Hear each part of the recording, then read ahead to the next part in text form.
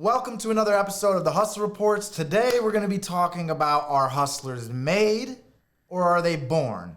We're also going to be diving into a little bit of my background story. A lot of you guys may not know me fully and all of that, and we're going to talk a little bit about that. All that and more on the Hustle Reports.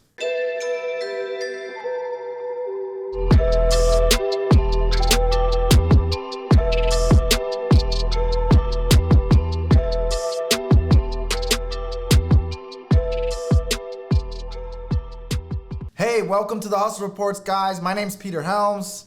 And I'm Suki.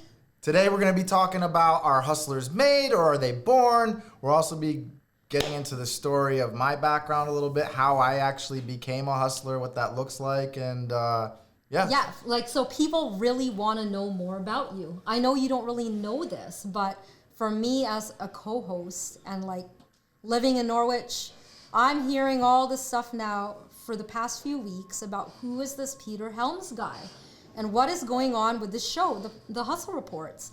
Interesting. So, yeah. What are they saying? What are some of the things? A whole bunch of stuff. It's getting good. It's pretty juicy, actually. Okay. So there have been a lot of questions being asked, and it doesn't necessarily have anything to do with the show or business or entrepreneurship. Okay, so what do they want to know? They want to know more about your personal life. Okay, what do they want to know about my personal life? Well, okay. So there's been a lot of questions, so I'm just taking the top 3 best questions because that's all we have time for. I'm like an open book. I'll tell people. Oh, you are? Yeah, I'll tell people pretty much anything. All right. Okay, so this is actually easier than I guess I thought it would be. Yeah. So, all right, number 1. Are you ready? Yeah. Why are you acting all awkward about it? Well, I don't know, because people just don't know you like that, but you seem like you're ready for it. Okay, so number 1, do you like Asian women? Number 2, are you single? Okay. So the answer to both of those questions. Well, actually, we don't really have time for your answers. No, we have time. I think we should just answer them on the next episode. Because what we have to talk about today is more You're making me blush a little bit here. Why? I thought you were ready. Because, yeah, I'm ready. Ready for what? What are we talking about here? We're going to talk about really who is the real Peter Helms. Yeah, we'll talk about that. Okay. And the answer to your question is, I don't think we really... I'm seeing somebody, and I do like Asian women. Okay, so there you have it, you guys. He answered the questions. Okay, so now that we've got that out of the way, whatever that was, I hope the audience I hope that answers their questions. Right. So what else have they been wondering about? Oh, yes. A lot of people have been Googling you. Uh-oh. Mm-hmm. So maybe you could tell us what they're finding on the internet. Sure. So if you do a Google search for me, you're going to find some interesting stuff. You'll find that I'm a digital marketing consultant, but you'll also find I own some companies. You'll also find that I have a background that's, I've been to prison. I struggled with addiction. Mm-hmm. So yeah, you're gonna see that stuff. Right. Yeah. So when I met you and we started talking about this show, it hadn't really been created yet. You're very open with your background, so it's really no secret, right? Yeah, it's really not. For those who know me, they'll know that it's something I openly talk about pretty early on when I get to know someone. I've even talked to some of my clients about it. Mm-hmm. Haven't talked about it on the podcast, but I guess today's the day. Mm-hmm. I think what is very surprising for a lot of people is they're meeting you now, and you seem really put together, very polished. And when they Google you and they find out pages of stuff about you, you have a lot of newspaper articles. I think you've even been on TV on an interview talking about the opioid crisis. Yeah, they totally skewed that interview too. Okay. I was really excited to tell my story because at the end of the day, I went through all that. Mm-hmm. Doesn't define who I am today, but I want to reach out and help others to realize that they can get through it and come out on the other side. That's a passion I have. Right. So when I was asked by this TV. Actually, I was on a bunch of different platforms. I'm not going to mention their names, but I was asked to go on there, and I was honored. I was like, yeah, absolutely. You want to hear the story of someone who struggled with addiction and went to prison? I'll tell it. So I went and told the story, and they totally skewed it with this political agenda. A lot of the stuff that they wrote, I didn't even say. So I'm glad to actually be here, sort of I able think to this tell is it like this a way. great opportunity for you to tell your story, Sure. right? Because this episode is all about the big question. Are hustlers born, or are they made or created later down the road in life, right? Sure. So kind of knowing about your story, I don't fully know it. I think maybe you are a little bit of a blend of both. Yeah, I'm a blend of both for sure, and we'll kind of touch on that topic in the Hustle Report. I guess I can tell a little of my story now if you want. Yeah, we don't have a guest today, so Yeah. guess what? You are the guest. I'm the guest. You're in the hot seat. I'm in the hot seat. So, yeah, a little bit about me. I was born in Norwich, Connecticut. Early on, I moved out to California with my father, just my father and my sister. We moved out there. Things were not easy in the home growing up. My father always worked, and things were really tough. I didn't get to see him much, but I did see that he had strong work ethic. He had a real good drive. It took years before I reunited with my mother. When I was 10 years old, I actually moved back to the East Coast, back to Norwich, Connecticut, and reunited with her. That was pretty awesome. But I hit the streets really young. I jumped off the porch, so to speak, when I was like 13. And right out the gate, I got myself in some trouble. I started smoking weed and drinking at a really young age. Started selling weed. I built this whole street empire, if you will. I remember there was this time where my mother's boss, actually, he owned a car dealership, and he brought me into his office. I was like 17 at the time, and he knew, everybody knew I was selling drugs, and he brought me into his office, and he was like, why don't you do something positive with your, like, you're clearly an entrepreneur, you're clearly, you Really? have what it takes. Yeah. So he saw something in you at an early age. Yep. And what did you think about that? I didn't care. I had no care about my life. I had a lot of anger inside of me throughout my teenage years, and I was very rebellious. I'm still a little rebellious. I follow the rules now. Back then, I didn't have a care for any of it. And I basically, my response to him in his office was, I pulled out about $4,000 in cash out of my pocket, put it on the table. I was like, I don't need a job. You're like, I'm all set. I'm good, right? Right. And I was serious. Like, I thought that was cool at the And time. how old were you? 16 or 17. All right. Yeah. Yeah. Nice. I left home when I was about 15, and I was just living the street life, right? I was a hustler, just not in the good sense of it. So it wasn't long before I had a drinking and smoking problem. So I was drinking and smoking a lot while I was doing this. And then at some point, I actually got involved into harder drugs. I went to the hospital for appendicitis when I was 18 years old. And at that point, I was already addicted to weed and alcohol. But when they gave me those pain pills, I found like something else that really numbed me.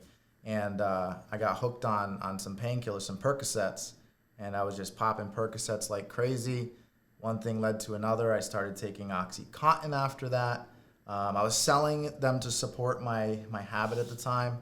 And once the OxyContin started to run out and become really expensive, I turned to heroin. Right? It was a very dark time in my life, horrible. And it ended up with me going to prison for robbing a drug dealer.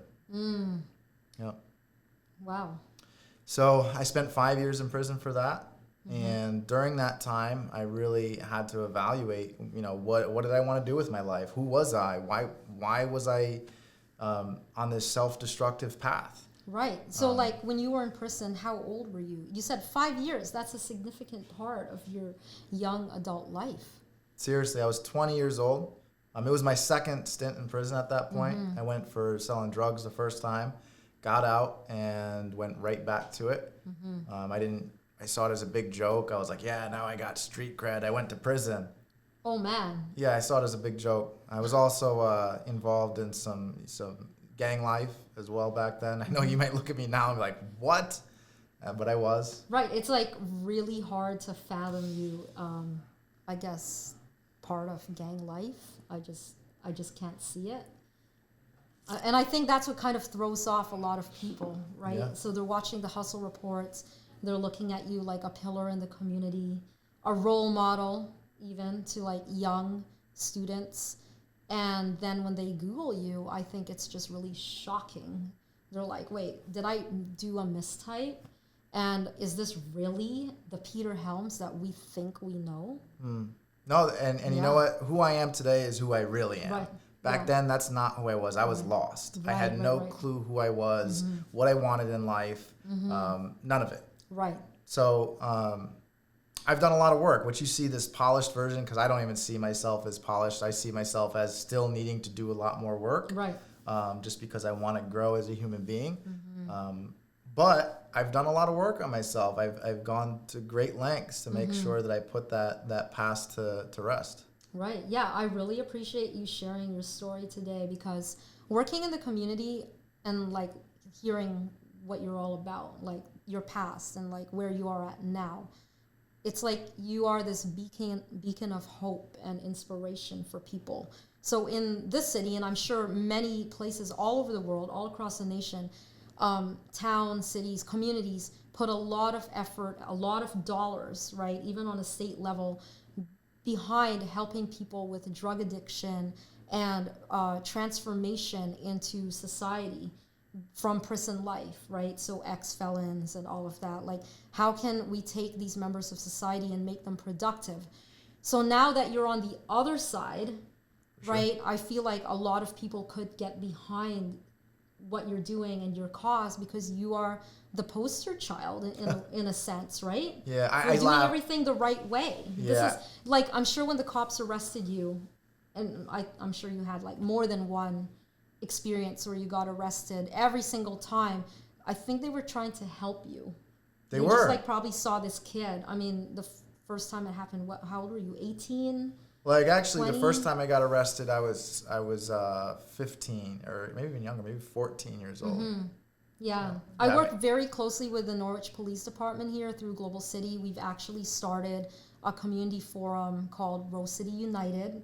And we see them every week. You know, once a month, we have like this big Saturday powwow with the community. It's totally open. Everyone can join.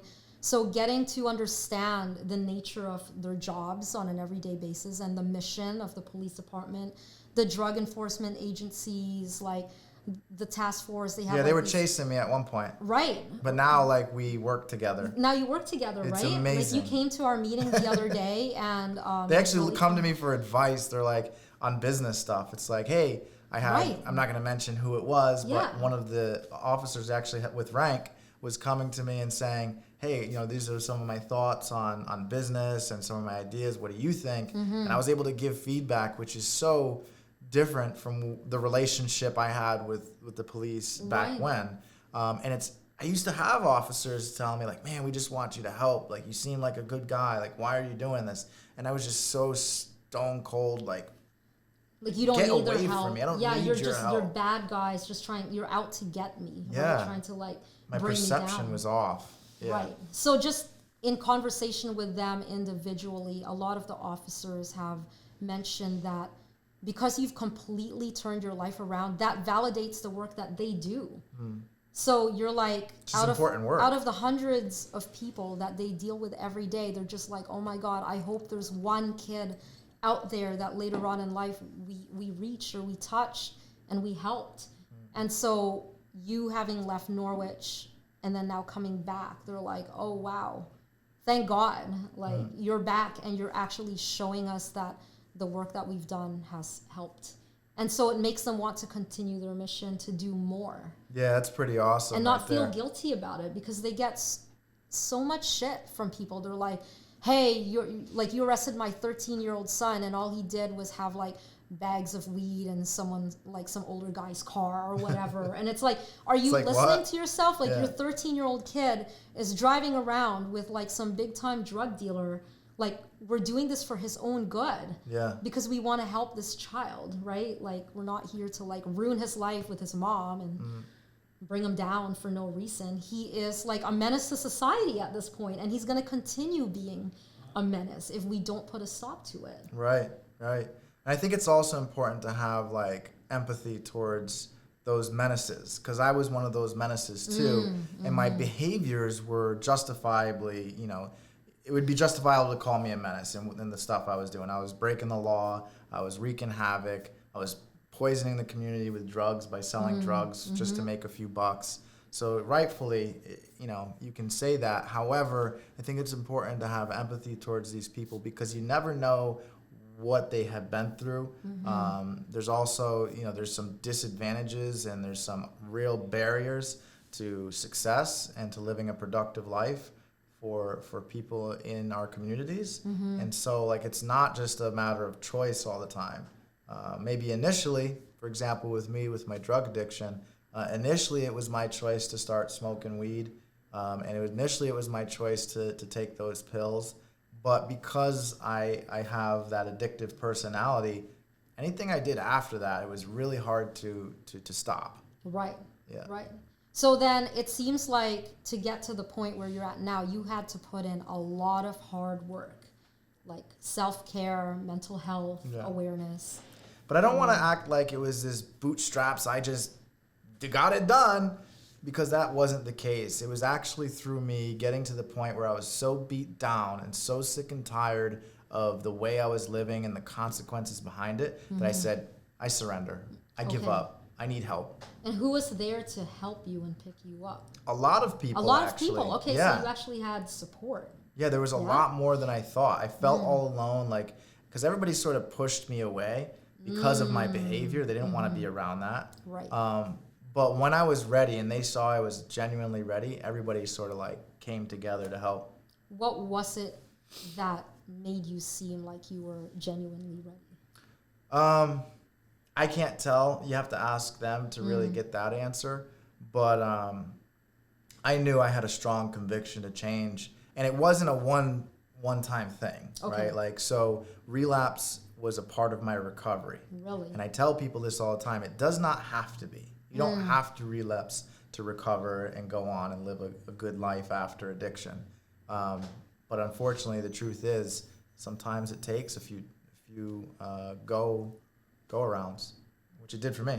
And it ended with overdose. Yeah, once I overdosed, I knew from the moment I got up out of that hospital bed and I started coming to that it was over. Right. So that was like the moment where you pulled yourself out of that other life and just decided. Yeah. Now I did make the full-on commitment at that point, but as far as the steps that it took to actually like get on my journey, it took other people, me going to like 12-step programs, seeking out counseling, just being honest, raw and honest about what it is I went through. And putting in the work. Whatever suggestions people gave me, I was just like, I'll do it. I went into some of these support groups and I sat down, I listened, and learned from others who had been sober and clean for 30, 40, 50 years. Right. Okay, so let me ask you. So from the time that you started, being a street hustler and like doing drugs, selling drugs or whatever, did you have any dreams? Were you like, okay, this is just something that I'm doing right now, but my overall dream one day is to like have a business or like be someone that people look up to? Did you ever have that in you? So I did, but I didn't realize it until later on in life. Looking back, I remember this one. I tell this story often about when I was 12 or 13 years old, and we come from a working class family. We didn't have a lot of money growing up, so we struggled a little bit in that regard. And I didn't have a bicycle, right? So my neighbor for Christmas got a new bicycle, and he gave me his old one. Okay. Now, most kids at that age, they're going to go and ride it around and be all excited that they have a bike. Not me. What did I do? I took it, I cleaned it up. I went to go get some accessories, some pegs and some of those dice for the wheels. Okay, yeah. Right, so I fixed it up a little bit, and then I put it out on the front lawn, with a cardboard sign that said $100 or best offer. Really? Yep. Yep. And then someone bought it. Yeah, the first person. I sold it to the first person. And then what do you do with the cash?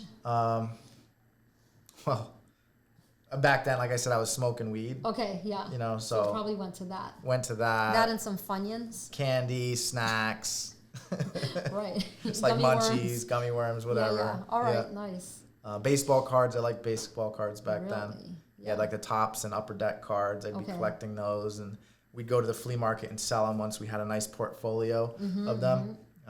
Yeah, we'd go to the flea market and try to, barter with the guy. They're like, oh, I'll give you $2 for that one. I'm like, I want 5. And Okay, like, all right, I'll all give you right. 3. Okay, so you had a bit of that hustler in you. Oh, yeah. Okay, so then when you were in prison, I always made money anywhere I was at. were you like, okay, I'm locked up here for 5 years. I I got to made get money out of there here too. to start a real business. Like, I can't just keep doing this.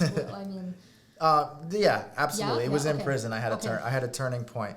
Oh, I was wow. about 2.5 years into a 5-year sentence, and I was selling drugs in the prison. nice. And they well, sent not nice, but yeah, I was selling drugs in the prison, and I got locked up inside a prison. There's like solitary confinement. oh, damn. So you got locked up while you were locked up. I did. That's pretty bad. Yeah, I was a mess. Terrible. If there was like a button which I could hit for like, Yeah. And so I was doing 30 days in solitary confinement because Okay. I had this whole operation, and I was tampering with so you were safety and on security. total time out. I was on big time out. Okay. Yeah. And then did you learn your lesson? So there was a lifer in there, Okay. right? In there, there's not really much to do but talk to the guy in the cell next door. And the Nice. guy heard me giving the correction officer a hard time. Mm-hmm. Like it was about the food. The guy brought the food, and I didn't like it, so I threw it out of the cell at the correction officer and get me some new food. I don't want this. Mm-hmm. Yeah, you're like, this ain't a kale shake. Yeah, this is fucking horrible. So as if he was gonna listen, he didn't Okay. listen, of course. Right. So then you starved. Yeah, And then you I were went even hungry that grouchier. night, Okay, and I good. had to hear the lifer talk through the wall and really beat me up. He's like, you realize what you're doing is gonna get you back in prison, and you haven't even left yet. Oh, nice. Yeah. That shit hit Well, home. that's good advice. Yeah, that shit hit home. Yeah. So I had to marinate on that for Okay. a while, especially because I was in Because solitary. you didn't have a choice. No choice, and it was true. Right. I was faced with that raw fact. And so from that point forward, I would say if there was any turning point in my life, it was that one. And it wasn't all uphill from there. I had some Okay. ups and downs. Right, of But I course. started my journey of getting on the right track. So then how did you go from, okay, so you talked about like relapse a few times, even after prison, still kind of living a life of crime, and then bam, ideal solutions. Well, yeah. So like from that point, what I did is I started reading a ton of books. Yeah. Every dollar I got my hands on, I got all the Napoleon Hill books, Robert Kiyosaki books, Tony Robbins books. All while I was in prison, I got college textbooks. When I would go to the library, I would just start like doing my own studies. I had no diploma at the time. So I actually went ahead and got a diploma while I was in prison. You did? Yeah. Really? On what? Like a diploma, just like a high school diploma. Oh, okay, yeah, nice. Yeah, I dropped out of high school. Oh, okay. So when I got out after 5 years, the first 2 weeks I was in a college course. I went for psychology at first. Thought I was gonna, save the world and become a counselor. Come to find out, I wasn't really passionate about that. But you learned a lot. I right? learned a lot. Psychology and business is like, those are the two things that go really well together. For sure. Yeah. For sure. So then at that point, I switched my major to marketing, and I fell in love with it immediately. Wow. Yeah, I was like, this is it right here. And from that point forward, I started studying Seth Godin. I started studying Peter Drucker. I started studying Gary Vaynerchuk. Every chance I got to get some marketing material, I studied it outside of what I was learning in college. And then I said, you know what? I think I know enough to try my hand at this entrepreneurship thing, and I started a marketing agency while I was doing my, working my other jobs. Right. So how many jobs were you working at the time? Like 2 or 3? Yep. 2 And some then community plus service work. Right. Yep. Wow.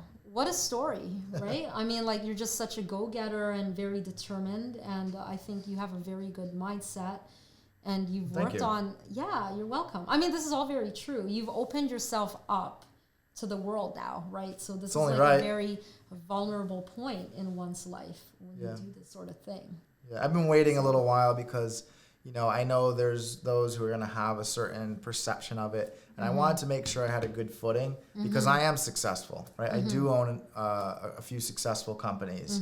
And I know what it's like to help others also. I've helped others through their addiction, through those same things that I applied in my life. How did I do it? So, yeah, I feel like now's the time is right. And that's it. Right. Yeah. So success for me, it's defined as being able to do what you want, when you want, with who you want. And everybody's idea of success looks very different.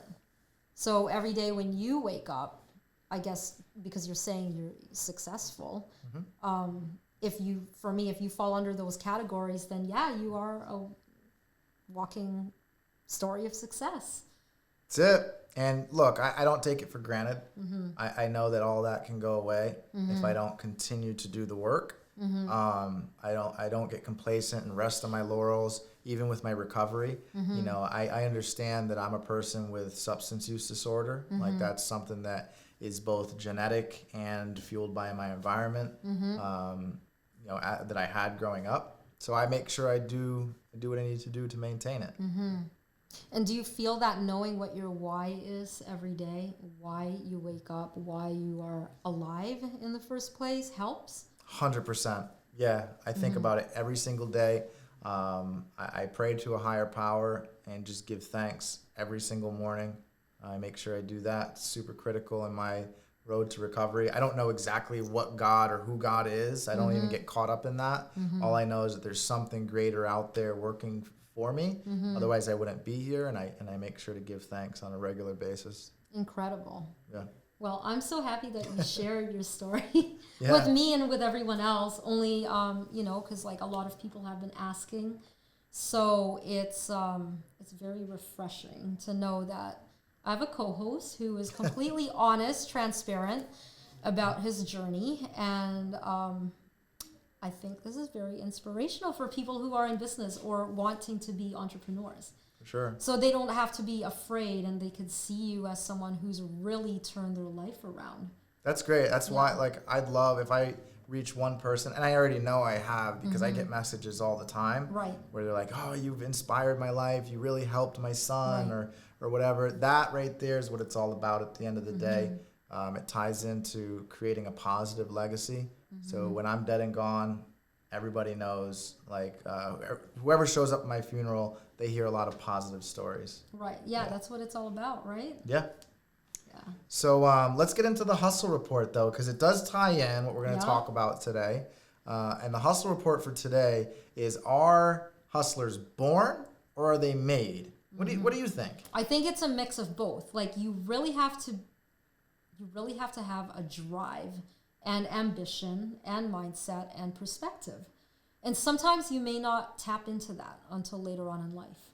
Like I know I didn't. So when I was a kid, I had a dream of it was more like a lifestyle thing. And I would watch this cartoon called Gem and the Holograms, and it was just filled with things like palm trees, and it was the music industry and Rolls Royces. I know that's like really vain and everything. So palm trees and Rolls Royces. Yeah, if that's it was very Hollywood, very Beverly Hills, and I was like, wow, I'm from Canada and we don't have any of those things, but that exists somewhere in the world, and I'm 3 years old, and this is kind of what I want to do and where I want to be.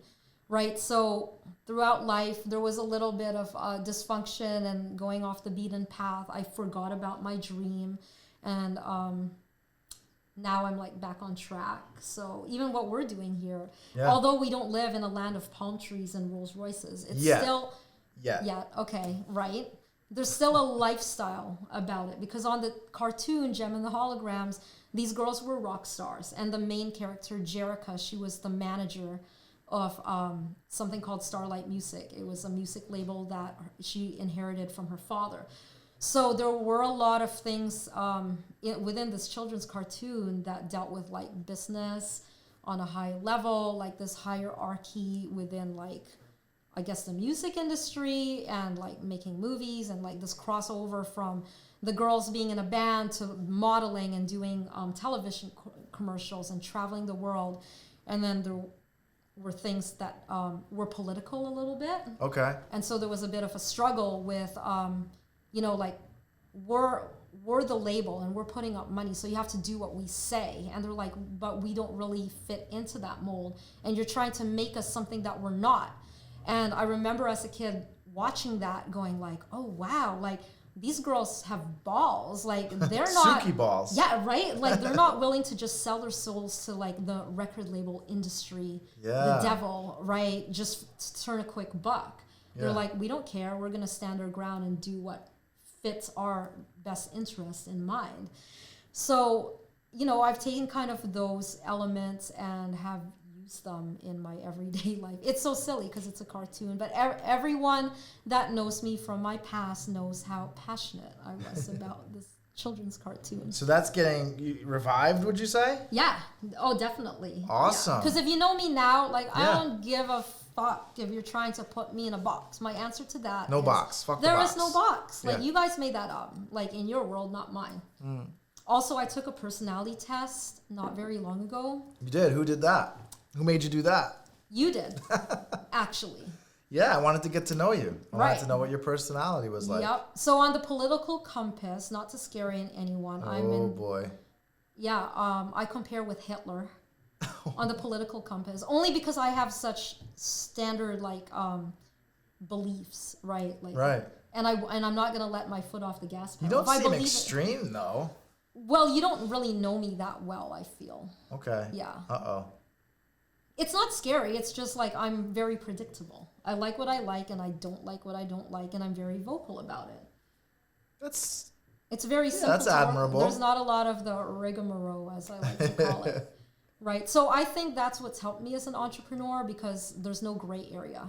Yeah. And sometimes when you're a hustler, you really have to be decisive. And especially if you have people that look up to you, they don't like to be in a situation where there's a lot of obscurity. So you got to make a hard call, whether it hurts people's feelings or not. Right? So I think a little bit of that came from my childhood. I mean, I was just born with it, and I suppressed it for so many years. And now as an adult and doing what I do, I'm able to bring all of that out of me and be like, you know what? Fuck what people think. Because they're like, oh, you're too loud, you're too this, you're too aggressive. And I'm like, but that's just how I am. Right. I don't know. If you don't like it, then don't. Like, if you're not going to be yourself, you're just going to end up unhappy. Right. I've tried that before. To try to be someone else? Oh, yeah, most definitely. Yeah. Right? So I'm finally coming out of that. And it's taken a really long time. But I think you're awesome, by the way. Thank you. Yeah. Thank you so you're much. the best co-host that I could ever ask for. We're starting to develop a cool little relationship. Like, we're good friends. Yep. And all of that stuff. So I think you're awesome. Thank you. I don't think you're anything like Hitler. Well, according to the political compass, I am. And then I took the personality test, and I'm entrepreneur A, which means, is it aggressive or assertive? Well, whatever. It's like either aggressive or assertive. There's like two different. There's A, and then the other one is like not so aggressive or assertive. Cool. And they compare my personality type to Donald Trump. Oh yeah, that's right. Your personality your so personality like type is Hitler. Trump, and your political views are Hitler. Right. but I'm not any of those types really? Of people. I don't think your views are like Hitler though. Do you really? No, not my views, but just my style of like dictatorship. Okay. Or decisiveness. Whatever you want to call it. Yeah. Yeah, okay, I could see that. Right. And then Donald Trump, I guess because he is that type of entrepreneur where he's just going to do whatever the hell he wants to do. Like in his mind, he thinks that's a good idea. So I'm very similar in that regard. And so it's like the best or the worst of both worlds, right? Interesting. That's what you're stuck with. I'm going to have to think about this a little bit here. No, it's all jokes aside though. So would you say that you were a born hustler or were you one that was made? A bit of both, most bit of both. definitely. Okay. Yes. And I think so this is my own belief that no one's just born in, like, okay, so let's go back to Paris Hilton. I've talked about her before. So she was born into a family which did a high level of business. They own the hotel chain Hilton, the Hilton hotels, right?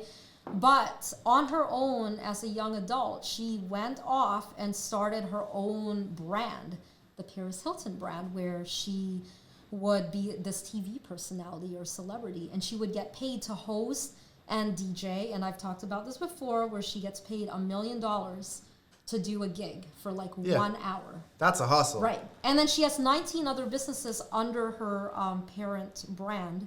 Like who pays? Like why do people pay her $1 million? What validates her work? Because she could sell tickets and have the place packed, so they could make 20 million. Oh, the tickets. So they pay her 1 million, they could make 19. Got it. Or potentially more. Yeah. Yeah. So it's worth it. Interesting.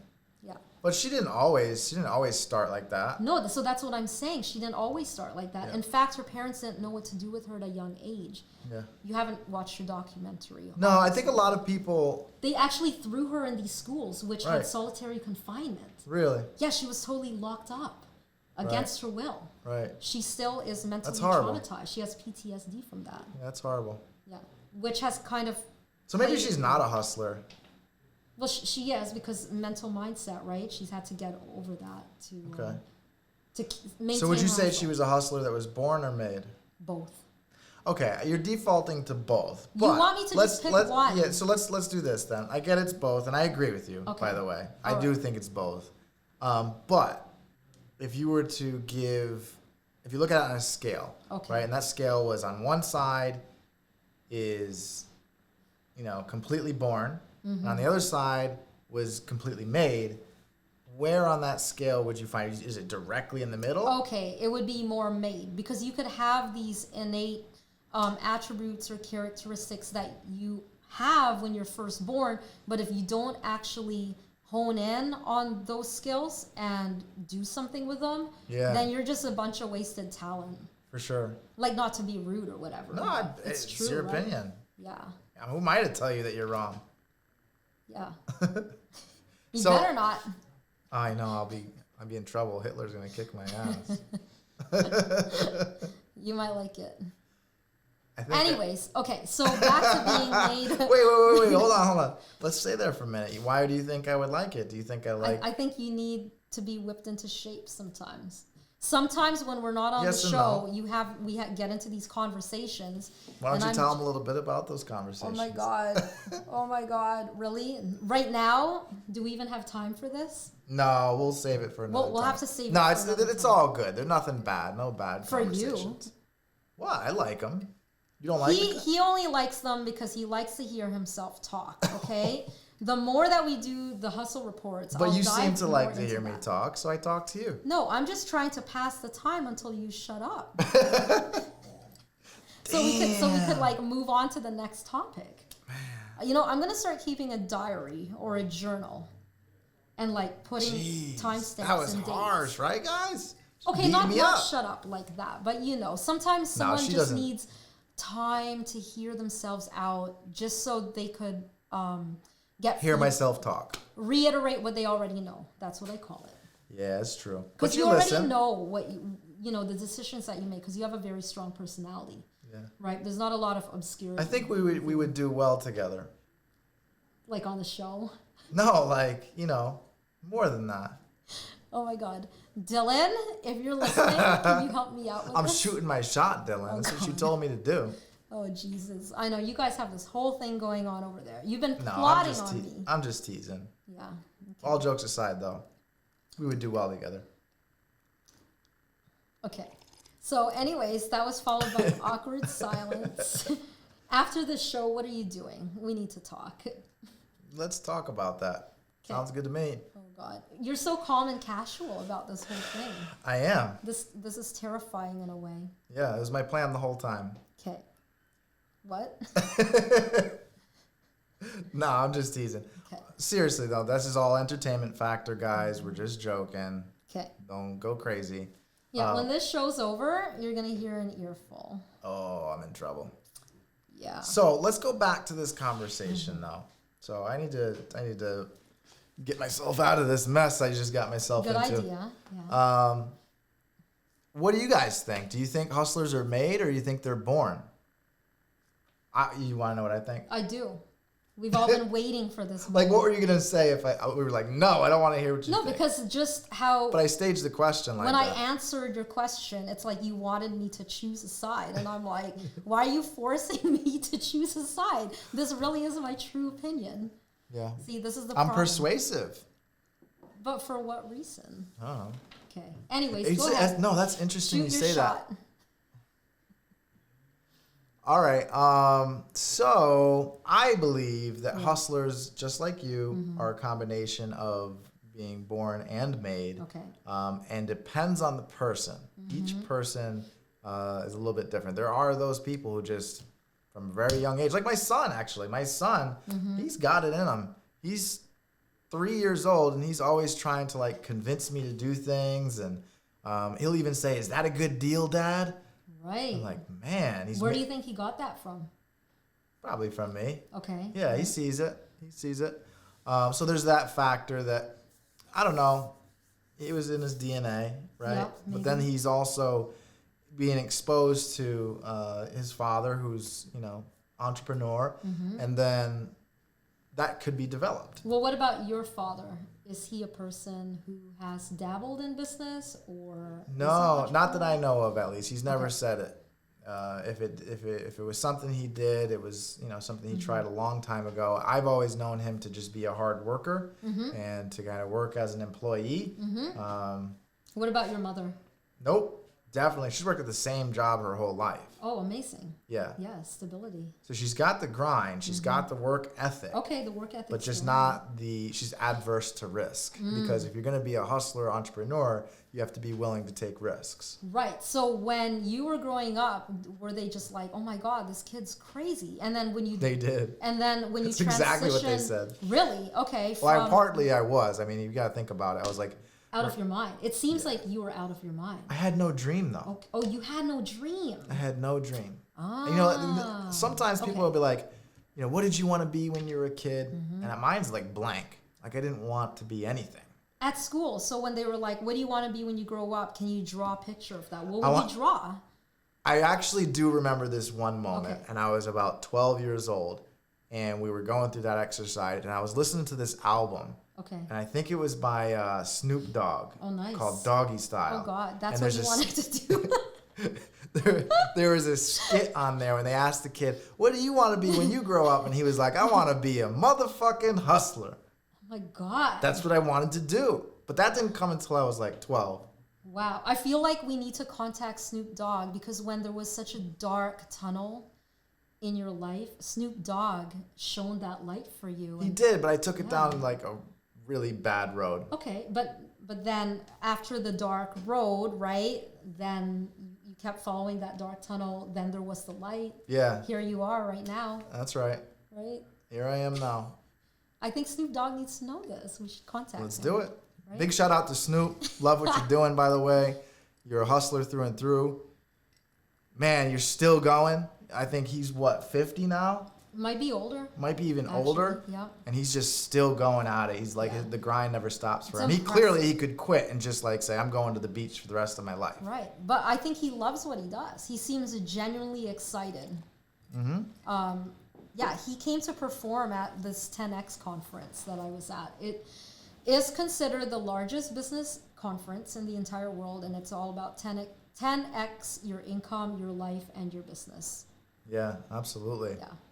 So let me ask you a question. On the Hustle Reports, we always try to give practical advice to people. Okay.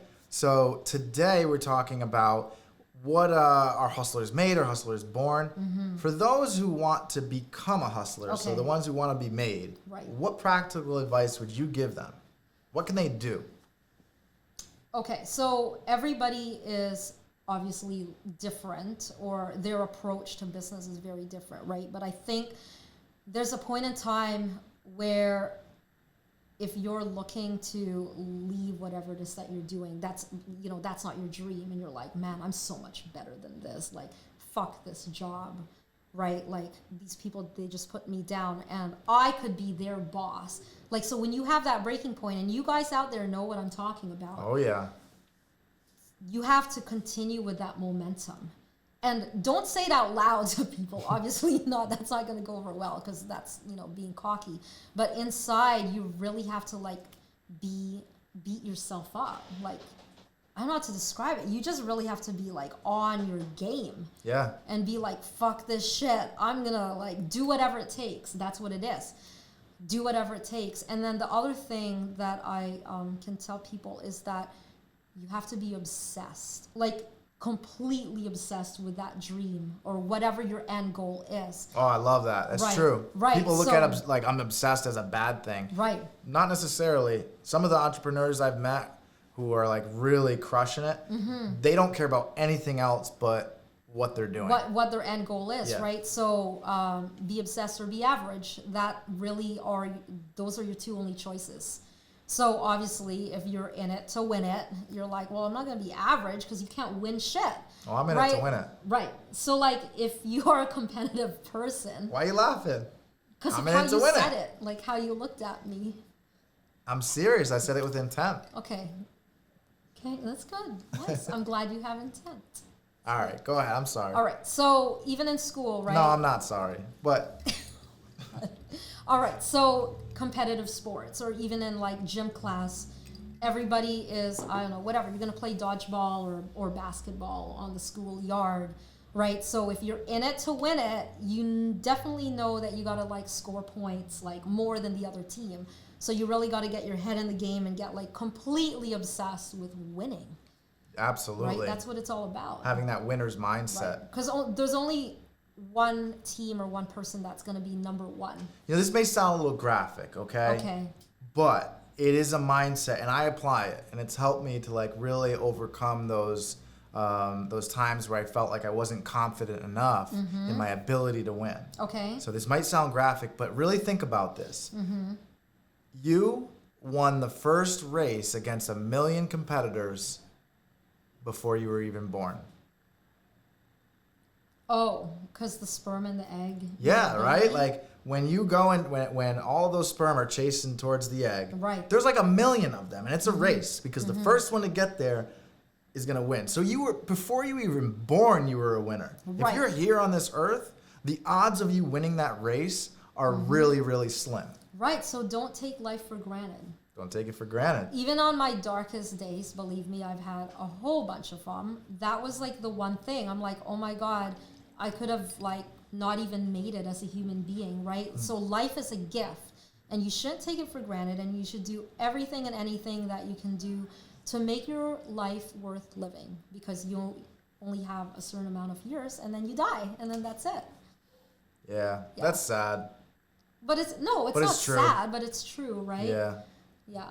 So there's this one saying also that I live by, and I tell this to people: if at first you don't succeed, well, that's it. Seriously, sometimes you don't get another chance. Yeah. So maybe you'll get another chance, but why put all of your eggs in that basket when you can just say, look, this is the only opportunity I have. I'm going to give it my all. I'm going to do my absolute best, and I'm going to win. Right? Right. Like that's a different frame of mind. Yeah. So as far as like becoming a hustler or if you think that you were born a hustler, but you really need to exercise that muscle, first things first, my practical advice is listen to the Hustle Report. Come on here, gather the information, listen with intent. Like, don't be closed-minded, be open-minded. You may not agree with everything we say, and that's completely all right, but come on this show and listen for that one piece of information that's going to help you. Get books, get reading materials, feed your mind with positive information about successful businesses and entrepreneurs. Another key thing I'd have to say is get yourself around the hustlers who you want to be like, right? It's all right to have role models. And if I go back to that example of me and the Snoop Dogg album, my version of what a hustler was, I put myself around a bunch of hustlers that were not positive. Ah, So okay. So it building the impacted right me. team or tribe and support Yeah. group. Exactly. So it's like you had it in your mind to really be successful, but the problem is that you were in the wrong industry and just had the wrong people around you. Right. And then what's your definition of a hustler? That's also important, right? Think about it. Like, if your definition of a hustler is like a street person who's, conning a pimp or conning people out of their money, a prostitute, or if it's a drug dealer, if that's your image, that's your definition of a hustler, you may want to redefine that. Because that's not what it is in our eyes. Right. It's just someone that makes shit happen at the end of the day. And a lot of the times it's good. I really truly believe that there are more good people in the world. There's a lot of good that happens. And if it weren't for people that hustled to make that good happen, then the world would be a very bad place, actually. Seriously. Yeah. So thank God for all those hustlers that never gave up on that idea, which then they took that thought and they put it to paper, and then they communicated it with other people, got people to rally behind them and support this idea, and then made that dream come true.